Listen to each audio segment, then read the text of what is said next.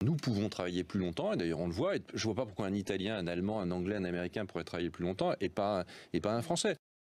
Je suis électeur de Mélenchon, scénario. Oui, Je suis oui. électeur de Mélenchon, je suis jeune, j'ai pas de famille, je suis libre, je croque la vie à pleines dents, j'ai envie de travailler le dimanche. Et puis même mieux que ça, tiens, j'ai envie de travailler plus pendant 2-3 ans parce que je m'achète un petit pavillon à Montluçon, hein, et il faut que je le finance, mais dans 4-5 ans j'aurai des enfants et j'aurai envie de travailler un peu moins. J'aimerais moduler ma relation au travail, j'aimerais la contractualiser avec mon employeur. Je rêve de souplesse et de liberté dans le grand triptyque républicain, liberté, égalité, fraternité. Absolument. Je rêve de liberté. Pourquoi est-ce que vous, homme de gauche, vous ne me prendriez pas la main Oui. pour aller vers là? Alors, pour deux raisons. La première, elle est d'ordre de la morale de la vie commune. C'est pas chacun pour soi. Chacun, dans les actes qu'il pose dans la société, doit réfléchir aux conséquences de ses actes pour les autres. Donc, c'est pas parce qu'il y en a un qui dit « Moi, je suis en pleine forme, je vais travailler 10 heures, 12 heures par jour. Tous les autres ont qu'à en faire autant. Sinon, c'est des feignants. » Ah ben non, c'est pas comme ça que ça se passe. Il y a des tas de jeunes qui Attendez. rêvent de travailler Attendez. le dimanche. Donc, oui, eh bien, ce n'est pas mon avis. Je ne suis pas d'accord pour une société où on travaille le dimanche. Voilà, c'est mon droit.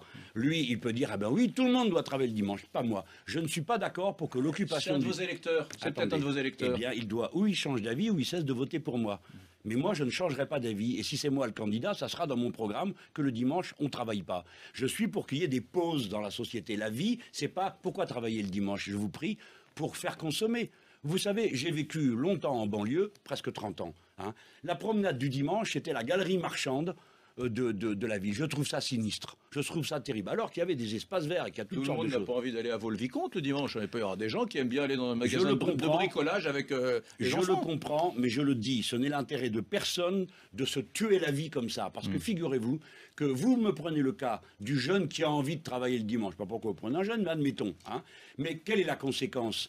Dans la réalité, c'est que la plupart du temps, les gens n'ont pas le choix. On leur dit ou bien tu viens et dans ta semaine, tu prends le dimanche, ou tu restes chez toi parce qu'il y en a 10 autres qui veulent du travail. Voilà une raison pour laquelle je ne serais pas d'accord pour qu'on on supprime la coupe au milieu de la semaine de toute la société en même temps. Voilà. Et c'est une affaire de choix de vie, Et de adapter le manière de discours, voir. plus généralement, adapter le discours de la gauche à cette espèce de société un peu plus individualiste, un peu plus, allez, lâchons le mot, un peu plus jouisseuse. Vous pourriez vous aussi dire, effectivement, je prends en compte ce besoin d'individualité qui émerge dans la société. Parce que vous êtes un peu sur des discours, le bonheur tel qu'on le voyait dans les années 50. C'est Je pas ne une sais attaque, pas. hein. Mais Oui, c'est pas une attaque, un mais peu ça quand y même, ressemble.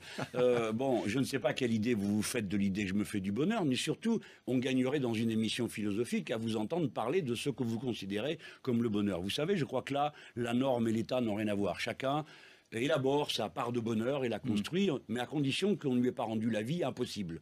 Si vous commencez par dire à une famille que dorénavant, la famille, c'est une espèce d'hôtel dans lequel il y a des gens qui travaillent à toute heure du jour et de la nuit, où l'on rentre, où l'on sort, et où finalement personne n'est jamais ensemble, clairement, nous n'avons pas la même vue du bonheur. Mais ce bonheur-là auquel vous aspirez, cette espèce de mouvement permanent, Tu es pas le eh seul. bien, ah ben peut-être bien, mais ça, oui, ben...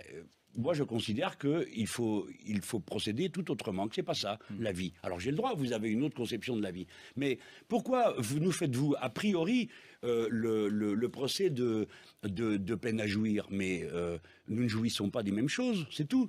Nous jouissons, par exemple, de la tranquillité, par exemple, de ne rien faire, par exemple, de rêver, par exemple, de faire de la poésie, ou de la peinture, ou de la musique, ou rien. Mais j'entends, mais Oui. vive la diversité des jouissances. C'est Oui. pour ça, il y en a qui aiment bien aller se À promener condition que le les uns dimanche n'empêchent après-midi pas dans des les... galeries. Monsieur, Oui.